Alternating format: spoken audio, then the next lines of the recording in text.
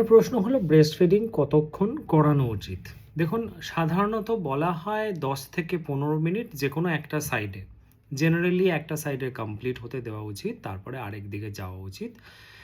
তবে একটা কথা মাথায় রাখবেন, বাচ্চার সাকিং এফিশিয়েন্সি কতটা টানতে পারছে, কতক্ষণ ধরে টানছে, সেটার উপরও অনেক সময় নির্ভর করে। যেক্ষেত্রে অনেক বাচ্চার ক্ষেত্রে 5 থেকে 10 মিনিটে হয়ে যায়, আবার অনেক বাচ্চার ক্ষেত্রে অনেক সময় প্রায় 20-25 মিনিটও লেগে যায়।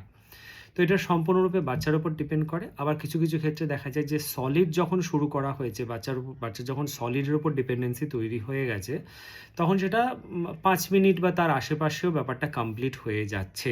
যেকোনো একটা সাইডে কমপ্লিট হয়ে যাচ্ছে। আরেকটা কথা মাথায় রাখবেন যে, যেকোনো একটা সাইডের ব্রেস্ট কমপ্লিটলি এমপ্টি হতে দেওয়া উচিত। কারণ লাস্টে যে মিল্কটা আসে সেটাতে কিছু ফ্যাট থাকে যেটা বাচ্চার ওয়েট গেইনে হেল্প করে। ডেফিনিটলি একটা কমপ্লিট হয়ে গেলে বা একটা সাইড কমপ্লিট হয়ে গেলে আরেকটা সাইডে দেওয়া উচিত।